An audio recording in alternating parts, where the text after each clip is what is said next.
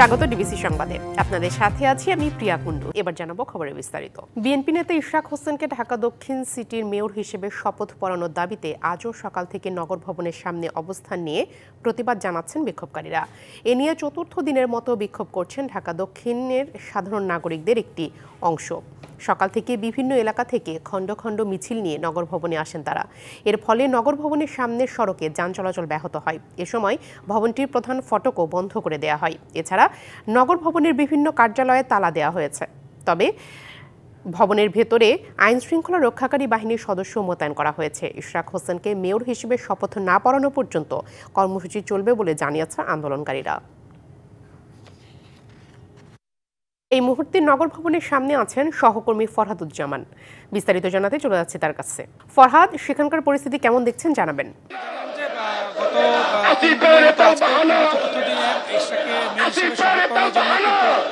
কর্মসূচি পালিয়ে যাচ্ছে ঢাকা বিএনপির নেতাকর্মীরা। আমরা দেখেছি সকাল থেকেই খণ্ড খণ্ড মিছিল নিয়ে কিন্তু নগর ভবনের সামনে তারা জড়ো হচ্ছেন। এখন পর্যন্ত কিন্তু তারা জড়ো হচ্ছেন। আমরা দেখেছি তারা বিভিন্ন ধরনের স্লোগানও কিন্তু দিচ্ছেন ইশরাককে মেয়র হিসেবে শপথ করানোর জন্য। পাশাপাশি তারা উপদেষ্টা আসিফ মাহমুদ সজীব ভুঁইয়াকে অপরাজিত ঘোষণা করেছেন এবং এই সিটি কর্পোরেশনে তার প্রবেশ নিষিদ্ধ করেছেন। আমরা দেখেছি যে নগর ভবনের বিভিন্ন ভবনে কিন্তু তালা ঝুলিয়ে দেওয়া হয়েছে, যার কারণে এই নাগরিক সেবা কিন্তু ব্যাহত হচ্ছে এবং সেখানে কিন্তু আইন শৃঙ্খলা বাহিনী মোতায়েন করা হয়েছে। রাজধানীর বিভিন্ন এলাকা থেকে কিন্তু খণ্ড খণ্ড মিছিল নিয়ে এই নগর ভবনের সামনে আসা হচ্ছে। সড়কে অবস্থান নেওয়ার কারণে কিন্তু দুই পাশের সড়কে যান চলাচল বন্ধ হয়ে গেছে। এই সড়কে কিন্তু পুলিশ হেডকোয়ার্টার সিটি কর্পোরেশন, যার ফলশ্রুতিতে কিন্তু কিছুটা ভোগান্তিও তৈরি হচ্ছে এবং নেতাকর্মীরা বলছে ইশরাককে মেয়র হিসাবে শপথ গ্রহণ না করা হলে কিন্তু তারা এখান থেকে যাবেন না এবং এখানে কোনো ধরনের কার্যক্রম কিন্তু তারা চালাতে দেবেন না। আমরা এখানকার কর্মকর্তা কর্মচারীদের সাথে কথা বলেছি, তারাও বলছেন যে তালা দেওয়ার কারণে তারা কোনো ধরনের কার্যক্রম চালাতে পারছেন না। তারা অফিস এসেছে কিন্তু কোনো ধরনের কাজ কিন্তু তারা করতে পারছেন না। আমরা এখানে যারা আসছেন তারাই নেতাকর্মীদের সাথে কথা বলতে একটু বলবেন যে আজকে আপনারা আর কি কি কর্মসূচি আছে এর বাইরে। আসলে আমরা প্রতিদিনের মতো আপনারা জানেন আজকেও আমরা প্রোগ্রামে আসি এবং আপনারা জানেন গেজেট প্রকাশের পরেও আমাদেরকে দায়িত্ব বোঝা দেওয়া হচ্ছে না। আমাদের নগরপিতা ইশরাক সাহেব উনিকে যদি অনন্ত বিলম্বে দায়িত্ব বুঝে দেওয়া না হয় আমরা টোটাল ঢাকা সিটি ইনশাল্লাহ অচল করে দিব। আপনি শুনতে পাচ্ছিলেন যে তা বলছেন যে এই ইশরাককে যদি সিটি কর্পোরেশনের মেয়র হিসেবে শপথ গ্রহণ না করানো হয় তাহলে কিন্তু তারা ঢাকা অচল করে দেওয়ারও হুঁশিয়ারি দিচ্ছে। পাশাপাশি তারা বলছেন যে অযৌক্তিকভাবে ইশরাককে মেয়র হিসেবে শপথ করানো হচ্ছে না, এর কারণ কি তারাও বুঝতে পারছেন না। এখন পর্যন্ত সিটি কর্পোরেশনের এই ফটকের সামনে কিন্তু বিভিন্ন খণ্ড খণ্ড মিছিল নিয়ে কিন্তু ঢাকাবাসী এবং বিভিন্ন নেতাকর্মীরা কিন্তু আসছেন এবং তারা বলছেন যে দ্রুত সময়ে যত দ্রুত এখানে এই শপথ গ্রহণের কার্যক্রম যারা শুরু করলেই তারা এখান থেকে উঠে যাবেন এবং সাথে সাথে উঠে যাবেন। এর বাইরে কিন্তু তারা এই কর্মসূচি কিন্তু অব্যাহত রাখবেন এবং এই সিটি কর্পোরেশনের কোনো ধরনের কার্যক্রম কিন্তু তারা চালাতে দেবেন না। এবং এখানে আগত যারা কার্যক্রমে সেই মানুষে যারা এসেছিলেন তারাও বলছেন যে এটা কিন্তু তাদের জন্য একটা ভোগান্তির কারণ হয়ে দাঁড়িয়েছে, কারণ বিভিন্ন কার্যক্রম কিন্তু এই সিটি কর্পোরেশন থেকেই হয়ে থাকে, যার কারণে কিন্তু এই কার্যক্রম তারা ব্যবহার করতে পারছেন না। ফরহাদ, আপনাকে ধন্যবাদ। সবকিছু ঠিকঠাক থাকার পরও অতিরিক্ত বিমান ভাড়া এবং সিন্ডিকেট দৌরাত্ম্যের কারণে গত বছর মালয়েশিয়া যেতে পারেননি 18,000 কর্মী। ওই সময় দেশটিতে যেতে না পারা শ্রমিকরা সকালে রাজধানীর প্রবাসী কল্যাণ ভবনের সামনে অবস্থান নেয়। এ সময় তারা বলেন মন্ত্রণালয় এবং এজেন্সির দুয়ারে দুয়ারে ঘুরেও কোনো সমাধান মেলেনি। এমন বাস্তবতায় বিনা খরচে দ্রুত মালয়েশিয়া পাঠাতে সরকারের প্রতি আহ্বান জানান তারা। নতুন করে শ্রমবাজার উন্মুক্ত হলে অগ্রাধিকার ভিত্তিতে তাদের পাঠানোর দাবিও করেন তারা। এ নিয়ে ক্ষোভ জানিয়ে তারা বলেন সরকারের আশ্বাস ও এজেন্সি স্বেচ্ছাচারিতায় 1 বছর ধরে তারা পরিবার নিয়ে মানবেতন জীবনযাপন করছেন।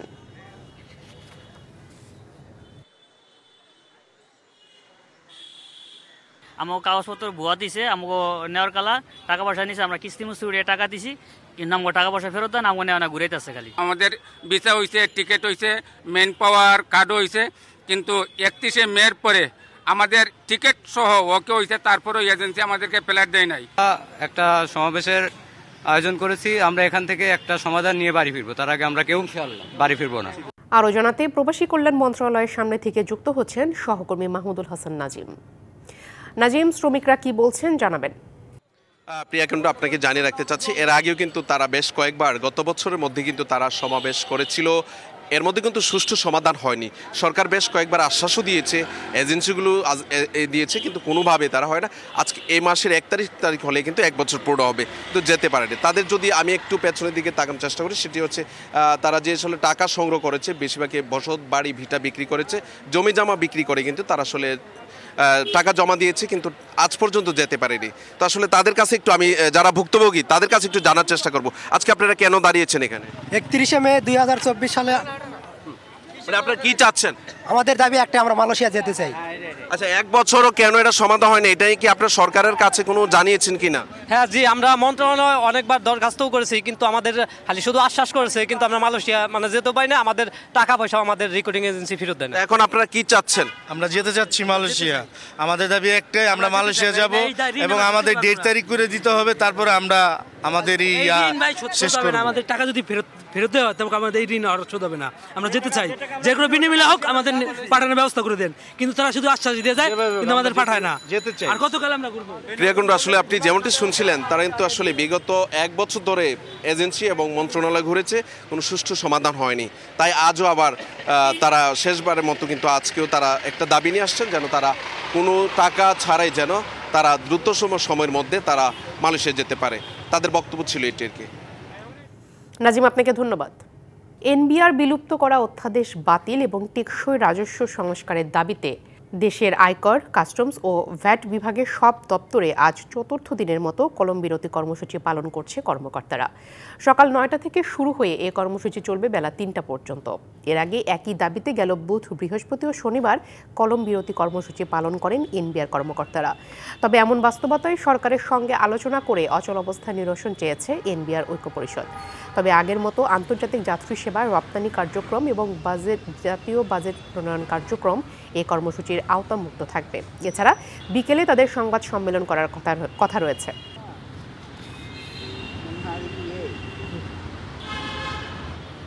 চট্টগ্রামে ৪র্থ দিনের মতো রাজস্ব কর্মকর্তাদের কলম বিরতি চলছে। এ নিয়ে আরও জানাতে সরাসরি যুক্ত হচ্ছেন সহকর্মী মাসুদুল হক। মাসুদ, রাজস্ব কর্মকর্তারা কি বলছেন, সেখানকার অবস্থা জানাবেন। যে আপনারা জানেন, দেশের রাজস্ব আয়ের প্রধান খাত হচ্ছে কাস্টমস হাউস, অর্থাৎ দেশের সিংহভাগ কিন্তু রাজস্ব আয় হয় এই কাস্টমস হাউস থেকে। এবং এই সময়ে, অন্যান্য সময়ে এই মুহূর্তে কিন্তু অনেক লোকজন থাকে, অর্থাৎ যারা সিএনএফ বা আমদানিকারক তাদের লোকজনরা থাকে। কিন্তু আজকে দেখছেন এখানে কিন্তু একেবারে জনমানব শূন্য, অর্থাৎ এখানে কোনো ধরনের কাজ হচ্ছে না। যদিও এখানকার যারা কর্মকর্তা তারা এসেছেন, তারা কাজ শুরু করবেন দুপুর 3টার পর, এবং এখানে কোনো ধরনের শুল্কায়ন হচ্ছে না। শুল্কায়ন না হওয়ার ফলে এর প্রভাব পড়েছে চট্টগ্রাম বন্দরে, অর্থাৎ বন্দর থেকে কোনো ধরনের পণ্য ডেলিভারি হচ্ছে না। বন্দরে এই মুহূর্তে পড়ে আছে শত শত কন্টেনার, এবং ঠিকমতো যদি কন্টেনারগুলো যদি ডেলিভারি না হয়, সেক্ষেত্রে গভীর সাগর অর্থাৎ বহির্নগরে জাহাজ জটের একটা আশঙ্কা রয়েছে। যদি জাহাজ জট হয়, কন্টেনার জট হয়, সেই ক্ষেত্রে এর প্রভাব পড়বে দেশের ভোগ্যপণ্য এবং বিভিন্ন বাজারে, অর্থাৎ যারা ভোক্তা তাদের উপর পড়বে। এই মুহূর্তে আমরা জানতে পেরেছি যে চট্টগ্রাম বন্দরের বহির্নগরের বিভিন্ন পণ্যবাহী জাহাজ রয়েছে, সেখান থেকে কিন্তু পণ্য কিন্তু খালাস হচ্ছে স্বাভাবিক থাকলেও, কিন্তু বন্দরের জেটি থেকে পণ্য ডেলিভারি হচ্ছে না। এবং আপনারা জানেন, দেশের অর্থনীতির প্রধান গেটওয়ে বলা হয় চট্টগ্রাম বন্দরকে, এবং এই বন্দরকে সচল রাখার জন্য সরকারের পক্ষ থেকে নানা উদ্যোগ নেওয়া হলো। কিন্তু এই গত কয়েকদিনের ঘটনায় বন্দরে আমদানি রপ্তানি কার্যক্রম স্থবিরতা দেখা দিয়েছে।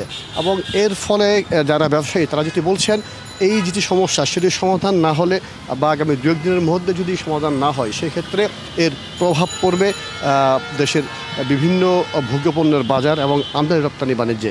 এবং এই মুহূর্তে আপনারা দেখছেন এখানে যারা কলম বিরতি করার ফলে এখানে সিএনএফ এজেন্ট এবং বন্দরে যারা স্টেক হোল্ডার রয়েছে, তারাও কিন্তু কার্যত অচল হয়ে পড়েছে, অর্থাৎ সকল ধরনের কার্যক্রম বন্ধ। এবং গত বৃহস্পতিবার থেকে এখানকার যারা কর্মকর্তা তারা কিন্তু কোনো ধরনের কাজ করছে না। এর ফলে চট্টগ্রাম বন্দর থেকে প্রতিদিন যে পরিমাণ কন্টেনার ডেলিভারি হয় সেরকম ডেলিভারি হচ্ছে না। এই মুহূর্তে চট্টগ্রাম বন্দরে আটকা পড়েছে শত শত কন্টেনার। তো এই ছিল আমার কাছে চট্টগ্রাম থেকে খবরাখবর। মাসুদ, ধন্যবাদ আপনাকে।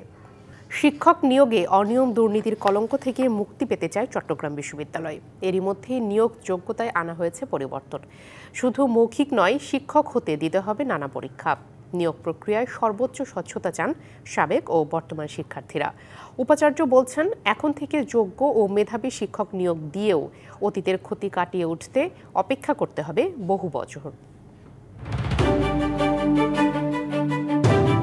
চট্টগ্রাম বিশ্ববিদ্যালয় পাহাড় ঝর্ণায় ঘেরা এই বিশ্ববিদ্যালয় বারবার সমালোচিত হয়েছে শিক্ষক নিয়োগে দুর্নীতি ও অনিয়মের শিরোনাম হয়ে। এর মধ্যে সবচেয়ে অনিয়মের অভিযোগ সাবেক উপাচার্য অধ্যাপক শিরিন আক্তারের সময়ে। ওই 4 বছরে নিয়োগ পাওয়া 130 জন শিক্ষকের মধ্যে কমপক্ষে 100 জনের নিয়োগ নিয়েই আছে নানা অনিয়ম ও দুর্নীতির অভিযোগ। এমনকি শিক্ষক হতে 16 থেকে 20 লাখ টাকা পর্যন্ত লেনদেনের অডিও ফাঁস হয়েছে। ঘটেছে স্বজনপ্রীতি ও রাজনৈতিক বিবেচনায়ও নিয়োগের ঘটনা। আর আমাদের প্রত্যেকটা ডিপার্টমেন্ট দেখেন গবেষণা ক্ষেত্রে বা বিভিন্ন ক্ষেত্রে অনেক পিছিয়ে আছে। এটার একটা কারণ হচ্ছে কি, দুর্নীতির মাধ্যমে শিক্ষকরা এখানে নিয়োগ হচ্ছে, যার কারণে তারা শিক্ষাকে তেমন ডেভেলপ করতে পারছে না। স্বচ্ছ এবং শতভাগ মেধাবী এবং যোগ্য যারা জাতিকে নেতৃত্ব দিতে পারবে এরকম শিক্ষক অবশ্যই প্রয়োজন। ভালো একজন শিক্ষক আসুক যে আমাদেরকে সবকিছু মানদণ্ড বুঝাবে, আমাদের ন্যায় নীতি বুঝাবে, আমাদের ইউনিভার্সিটির জন্য কিছু করবে, আমাদের ফ্যাকাল্টির জন্য করবে, আমাদের ডিপার্টমেন্টের জন্য করবে। এরকম শিক্ষক তো আমরা সবাই চাই। এই অবস্থা থেকে মুক্তি পেতে চায় চট্টগ্রাম বিশ্ববিদ্যালয়। আগে শুধু মৌখিক পরীক্ষার মাধ্যমে যেখানে নিয়োগ চূড়ান্ত হতো, এখন সেই প্রক্রিয়ায় আনা হয়েছে অনেক পরিবর্তন। আপনি একটা ভাইবার নাটক করে আপনি শিক্ষক হয়ে যাবেন। নিয়োগ নীতি রিশাফল করেছি। এখন ঢাকা এবং অন্যান্যরা আমাকে অনুসরণ করার চিন্তা করছে। লেকচারার নিয়োগ করতে হলে সে ভাইবা দিয়ে লেকচারার হতে পারবে না। তাকে রিটেন পরীক্ষা দেবে, অন দ্য স্পট প্রশ্ন করব, অন দ্য স্পট খাতা দেখা হবে এবং তাকে প্রেজেন্টেশন দিতে হবে, অন দ্য স্পট সেটা রেকর্ড করব। তারপরে তাকে বাজিয়ে দেখে ভাইবা নিয়ে সবগুলো মিলেমিশে যোগ্যতার ভিত্তিতে তার চাকরি হবে। আর যদি যোগ্যতা আমাদের কাছে মনে হয় যে সে আপ টু দ্য মার্ক না, রিঅ্যাডভার্টাইজ করব, অযোগ্য লোক নেব না। উপাচার্য বলছেন, নিয়োগ অনিয়মে অতীতের ক্ষতি কাটিয়ে উঠতে লম্বা সময় লাগবে। যদি জিব্রাইল ফেরেস্তার মতো কাজ করি তাহলেও ইউনিভার্সিটির ভালো ফল পেতে 40 বছর অপেক্ষা করতে হবে। কারণ ব্যাড ব্লাড যা ঢুকে গিয়েছে তা তো আমি বের করতে পারছি না এই মুহূর্তে। অনেক টিচার আছে ক্লাস নেন না, কম নেন। খণ্ডকালীন শিক্ষক 60টা লেকচার দেওয়ার কথা 10টা লেকচার দিয়ে সাজেশন দিয়ে দেন। বিশ্ববিদ্যালয়ে শিক্ষার মান বাড়াতে যোগ্য ও মেধাবী শিক্ষক নিয়োগের উপর জোর দেওয়ার আহ্বান সবার। নতুন বাংলাদেশের পথ চলা আর সমাবর্তনের পর যেন নতুন যাত্রা শুরু চট্টগ্রাম বিশ্ববিদ্যালয়েরও। এই যাত্রায় বিশ্ব বিখ্যাত হতে না চাইলেও নিজেদের কাঙ্ক্ষিত লক্ষ্যে পৌঁছাতে চায় অন্যতম এই শিক্ষা প্রতিষ্ঠানটি। বিশেষজ্ঞরা বলছেন যে অন্ধকার আর ব্যর্থতা এই শিক্ষা প্রতিষ্ঠানটিকে পিছনে টেনে ধরেছে, তা কাটিয়ে ওঠাই হবে এই প্রতিষ্ঠানটির জন্য সবচেয়ে বড় যুদ্ধ। মনিরুল সোহাগ, ডিবিসি নিউজ, চট্টগ্রাম বিশ্ববিদ্যালয়, চট্টগ্রাম। জেলায় জেলায় সংকট সমস্যা, তা থেকে উত্তরণের চ্যালেঞ্জ আর সম্ভাবনার কথা তুলে ধরতে চলছে ডিবিসি এক্সপ্রেস। বিশেষ এই আয়োজনে মতামত থাকছে তৃণমূল থেকে শুরু করে নীতি নির্ধারকদের। ডিবিসি এক্সপ্রেস আজ সারাদিন আছে ঢাকা জেলায়। ডিবিসি নিউজের বিশেষ আয়োজন ডিবিসি এক্সপ্রেস। আজ সারাদিন আছি ঢাকা জেলার সাভার পৌরসভায়। সেখানে আসলে যেহেতু শিল্পাঞ্চল দেশের অন্যতম একটি পৌরসভা বলা যায়, সেক্ষেত্রে এখানে সাধারণ মানুষের যে ভোগান্তি রয়েছে, সমস্যা আছে, সেই সমাধানের উত্তরণে আজ সারাদিনে আসলে তুলে ধরার চেষ্টা করবো সেসব বিষয়। আমার সঙ্গে এই মুহূর্তে আসলে সাভারের যে পৌরবাসী প্রত্যেকে এসেছেন এই সমস্যা তুলে ধরার জন্য। স্বাগত প্রত্যেকে আপনাদেরকে ডিবিসি এক্সপ্রেসে। শুরুতে একটু আপনার কাছে যেতে চাই যে যেহেতু এটা একটি শিল্পাঞ্চল, তো শিল্পাঞ্চলে অনেক ধরনের আমরা দেখেছি রাস্তাঘাটের যে বেহাল দশা রয়েছে, যানজট রয়েছে, আরও বিভিন্ন ধরনের সমস্যা জর্জরিত মানুষ। আপনার কাছে কি মনে হয় কোনটা গুরুত্বপূর্ণ বলে মনে করেন? ধন্যবাদ ডিবিসি নিউজকে। সাভার পৌরসভা একটি অপরিকল্পিত নগরী। এইখানে নাগরিক সুবিধা যতটুকু একটা বিশেষ শ্রেণী পৌরসভা হিসেবে নাগরিক সুবিধা যে পরিমাণ থাকার কথা তার 20 ভাগও নাই।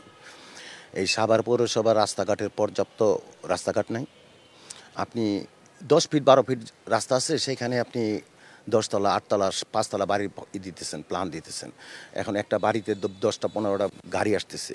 এই গাড়ি ধারণ করার মতো রাস্তা সাভার পৌরসভা নাই। আপনার একটা আধুনিক পৌরসভায় একটা নাগরিক সুবিধার জন্য একটা পার্ক থাকার কথা, খেলাধুলার মাঠ থাকার কথা, পৌরসভার নিজস্ব কবরস্থান থাকার কথা, পৌরসভা নিজস্ব চিতা ব্যবস্থাপনা থাকার কথা, আরও অনেক সুযোগ সুবিধা আছে যেগুলো এই শহরের মানুষ পায় না। আমরা একটা সময় দেখছি এখানে কাজ হয়েছে, কিন্তু পর্যাপ্ত কাজ হয় না এবং কাজের মান খুব নিম্ন শ্রেণীর ছিল, যা 1 মাস 2 মাসের ভিতরেই নষ্ট হয়ে যাচ্ছে। তো আমরা এই সাভার পৌরবাসী, আমরা সাভার পৌরসভাকে এমন অবস্থা দেখতে চাই, এখানে ঢাকার পরবর্তীতে সাভারের অবস্থান, এখানে সব কিছু পরিকল্পনা মাফিক হোক। আগামীতে এই সাভার পৌরসভার উন্নয়নমূলক যেসব কাজগুলো করা দরকার তা যেন সরকার নিশ্চিত করে। আমি আমার জায়গা থেকে আমি আপনাকে বলতে পারি, আমরা সাভার পৌরসভা নিয়ে একটা স্বপ্ন দেখি, একটা আধুনিক পৌরসভা, উন্নয়নশীল পৌরসভা, মানবিক পৌরসভা, সন্ত্রাসমুক্ত পৌরসভা এবং শিক্ষানগরী হিসাবে আমরা সাভারকে দেখতে চাই। পরবর্তীতে আপনার কাছে আবার ফিরে আসবো, একটু জানতে চাই যে আর কি কি সমস্যা রয়েছে, ছোট করে যদি একটু বলতেন আপনারা। বিশেষ করে সাভারের পৌরসভার যে সমস্যা, যানজটের একটা বিশাল সমস্যা। আমরা প্রতিনিয়ত বাসা থেকে যখন বেরোই হাতে যানটা নিয়েই বেরোই, কারণ নিয়ন্ত্রণহীন অটোরিকশা এবং অবৈধ অটোরিকশা, এরা যেভাবে রাস্তা চলাফেরা করে, তারা যেভাবে রাস্তা অটোরিকশা চালায়, আমাদের আসলে সত্যিকার অর্থে মৃত্যুর সাথে পাঞ্জা লড়ে আমাদের এগিয়ে হয়। একটু জানতে চাই যে আর কি কি বিষয় আছে যেটা আসলে উন্নয়ন করা প্রয়োজন। আমি সবচেয়ে মনে করি যে সাভারের সবচেয়ে বড় সমস্যা মাদক। এই সাভারের প্রত্যেকটা অঞ্চলে ঘরে ঘরে প্রায় মাদক পৌঁছে গেছে। তো এখন জননেতা খোরশেদ আলম ভাই তার নেতৃত্বে তিনি 5ই আগস্টের পরে কয়েকটা কমিটি গঠন করে দিয়েছেন মাদকের বিরুদ্ধে। আমরা এর মাদকের বিরুদ্ধে সোচ্চার আছি এবং কাজ করছি। আমি সাভারবাসী নেতৃবৃন্দর কাছে আহ্বান জানাবো, তারা সবাই যেন খোরশেদ ভাইয়ের সাথে এক কাতারে এসে মাদকের বিরুদ্ধে সবাই সোচ্চার হই। একটু জানতে চাই আপনার কাছে। আমাদের সাভারে একটা বড় সমস্যা হচ্ছে, সেটা হচ্ছে ইফটিজিং এবং কিশোর গ্যাং। আমাদের সাভারের জনগণ এখন বাসা থেকে বের হইতে ভয় পায়, তাই সাভারের প্রশাসনের কাছে আমরা আবদার জানাবো যাতে সাভারের ইফটিজিং এবং কিশোর গ্যাং থেকে সাভারের। ধন্যবাদ আপনাকে। সাভারে অপরিকল্পিত ড্রেনেজ ব্যবস্থা, যেমন সাভারে যেখান দিয়ে ভিভিএ পেরে চলাফেরা করে সেখানে হচ্ছে ময়লার গাডার, এবং ব্যাংক কলোনি সাভারের প্রাণকেন্দ্র বলা হয়। ওরা অল্প বৃষ্টি হলে হাঁটু পানি হয়ে যায়, এবং কোমলমতি শিশুরা যারা স্কুল কলেজে যাতায়াত করে প্রতিনিয়ত দুর্ঘটনার শিকার হচ্ছে, এবং এখানে একটা অ্যাম্বুলেন্স যে ঢুকবে সেটাও ঢোকার কোনো ব্যবস্থা থাকে না। বিগত 20 বছর যাবৎ এখানে কোনো কাজ হয় নাই। এবং আমরা ছোট্ট করে যদি একটু বলতেন, একদম 10 সেকেন্ড। আমরা আমাদের সাভারের মূল সমস্যাটা এখন দেখতেছি ছিনতাই। আমাদের রেডিও কলোনি, বাস স্ট্যান্ড, তারপর সাভার শিমুলতলা, আমরা প্রকাশ্যে বের হইতে পারি না। আমরা রাস্তায় বের হইলেই ছিনতাইয়ের কবলে পড়ি। আমি আমাদের প্রশাসন এবং আমাদের যারা সামাজিক মানুষ আছে, সাভারে যারা সচেতন, সকলের কাছে সকলকে নিয়ে আমরা এই ছিনতাইয়ের বিরুদ্ধে আমরা থাকতে চাই। অসংখ্য ধন্যবাদ আপনাদেরকে এতক্ষণ আমাদের সঙ্গে যুক্ত থাকার জন্য। পরবর্তী সংবাদ দুপুর 2টায় থাকছে। ভিন্ন কোনো জায়গা থেকে আসলে সাধারণ মানুষের যে ভোগান্তি বা দুর্ভোগ সেসব বিষয় তুলে ধরার চেষ্টা করব। সঙ্গে থাকুন ডিবিসি এক্সপ্রেসের। খুলনা প্রকৌশল ও প্রযুক্তি বিশ্ববিদ্যালয়ে কর্মবিরতিতে থাকা শিক্ষকদের অবস্থান কর্মসূচি চলছে। সেখানকার পরিস্থিতি জানাতে সরাসরি যুক্ত হচ্ছেন সহকর্মী আমিরুল ইসলাম। আমিরুল, কর্মবিরতিতে থাকা শিক্ষকরা কি বলছেন, একই সাথে বিশ্ববিদ্যালয়ের সার্বিক পরিস্থিতি জানাবেন। খুলনা যে প্রকৌশল প্রযুক্তি বিশ্ববিদ্যালয় কর্মবিরতি শিক্ষকরা যে কর্মবিরতি পালন করছেন, এবং তার কিন্তু একটা নির্দিষ্ট সময় বেঁধে দিয়েছিল, বিশেষ করে 3 দফা দায়ী বাস্তবায়নের জন্য যে 7 কর্মদিবস, সেই কর্মদিবস গেল বৃহস্পতিবার শেষ হয়েছে। যার কারণে আজ কিন্তু যে সাধারণ সভার মাধ্যমে যে শিক্ষক সিদ্ধান্ত নিয়েছিলেন যে কর্মবিরতি, সেই কর্মবিরতি আজ কিন্তু সেই পুনরায় সাধারণ সভা আহ্বান করা হয়েছে এবং সাধারণ সভা চলছে। এদিকে যে শিক্ষার্থীদের যে একটি অংশ রয়েছেন, তারা কিন্তু যে দ্রুত বিশ্ববিদ্যালয় শিক্ষা কার্যক্রম চালু করা, সেই সঙ্গে যে দ্রুত যে তদন্ত শেষে যারা দোষী আছে তাদের শাস্তির দাবিতে, এবং শুধুমাত্র যে প্রশাসন, বিশ্ববিদ্যালয় প্রশাসন তদন্তর ব্যবস্থা সে দ্রুত নিষ্পত্তি দাবিতে কিন্তু এখানে জড়ো হয়েছে শিক্ষার্থীদের একটি অংশ। এবং আরেকটি অংশের দাবি ছিল যে বিশেষ করে যে থাকছে যে তারা যে তদন্ত কমিটি গঠন করেছিল, যে ঘটনা কেন্দ্র করে সেই তদন্ত কমিটি পরিবর্তন করে জুডিশিয়াল তদন্তের দাবি করছে। যার কারণে যে শিক্ষার্থীদের যে ওই অংশ দাবি ছিল, সেই দাবির প্রতিবাদে আজ কিন্তু তারা কিন্তু এখানটায় মানববন্ধন বা জড়ো হয়েছে, এবং তাদের দাবি থাকছে যে বিশেষ করে যে দ্রুত যে শিক্ষা কার্যক্রম ফেরা। তার কারণে যে এই ঘটনায় 18 ফেব্রুয়ারি এবং যে শিক্ষক শিক্ষার্থী যে আহত হয়েছিল লাঞ্চের সেই ঘটনায় সুষ্ঠু তদন্তপূর্বক ব্যবস্থা নেয়, যার মধ্য দিয়ে বিশ্ববিদ্যালয় শিক্ষা কার্যক্রম ফিরে আসবে, এমনটাই কিন্তু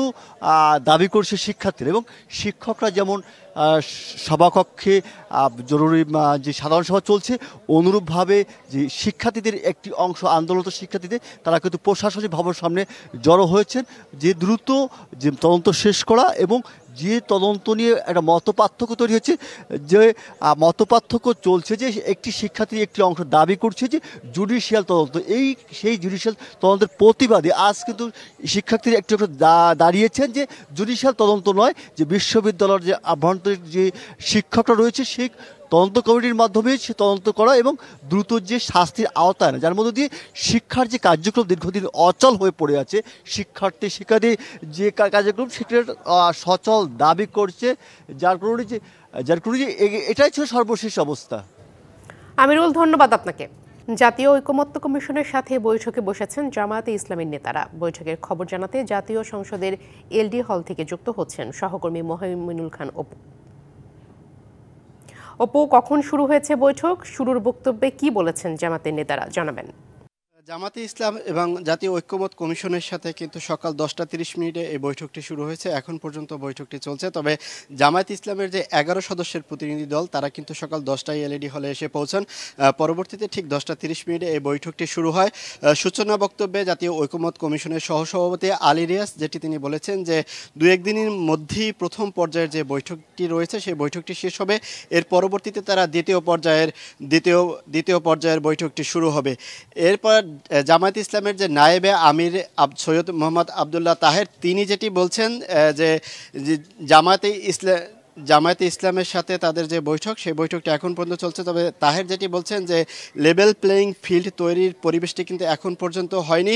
তবে লেভেল প্লেয়িং ফিল্ড তৈরি হলেই কিন্তু নির্বাচনটা দেওয়া উচিত। তবে একটি দলকে অভিযোগ করে যেটি তিনি বলেছেন যে বিভিন্ন স্থানে তারা দখল এবং চাঁদাবাজি করছেন, সেক্ষেত্রে কিন্তু এখন পর্যন্ত লেভেল প্লেয়িং ফিল্ডের যে বিষয়টি সেই বিষয়টি কিন্তু সন্তোষজনক নয়। তবে সরকারকে তারা সব ধরনের সহযোগিতা করবে এই আশ্বাসটি তারা কিন্তু দিয়েছেন। তবে দুপুর নাগাদ কিন্তু এই বৈঠকের বিরতি হবে। সেই বিরতিতে জামায়াত ইসলামের পক্ষ থেকে তারা আবারও গণমাধ্যম কর্মীদের সাথে কথা বলবেন, তখন কিন্তু এই বিষয়টিতে বিস্তারিতভাবে জানানো যাবে। অপু, আপনাকে ধন্যবাদ। সাম্য হত্যার প্রতিবাদে ঢাকা বিশ্ববিদ্যালয় ক্যাম্পাসে আন্দোলন করছেন শিক্ষার্থীরা। সেখানে আছেন সহকর্মী ইকবাল অনিক। বিস্তারিত জানতে চলে যাচ্ছি তার কাছে।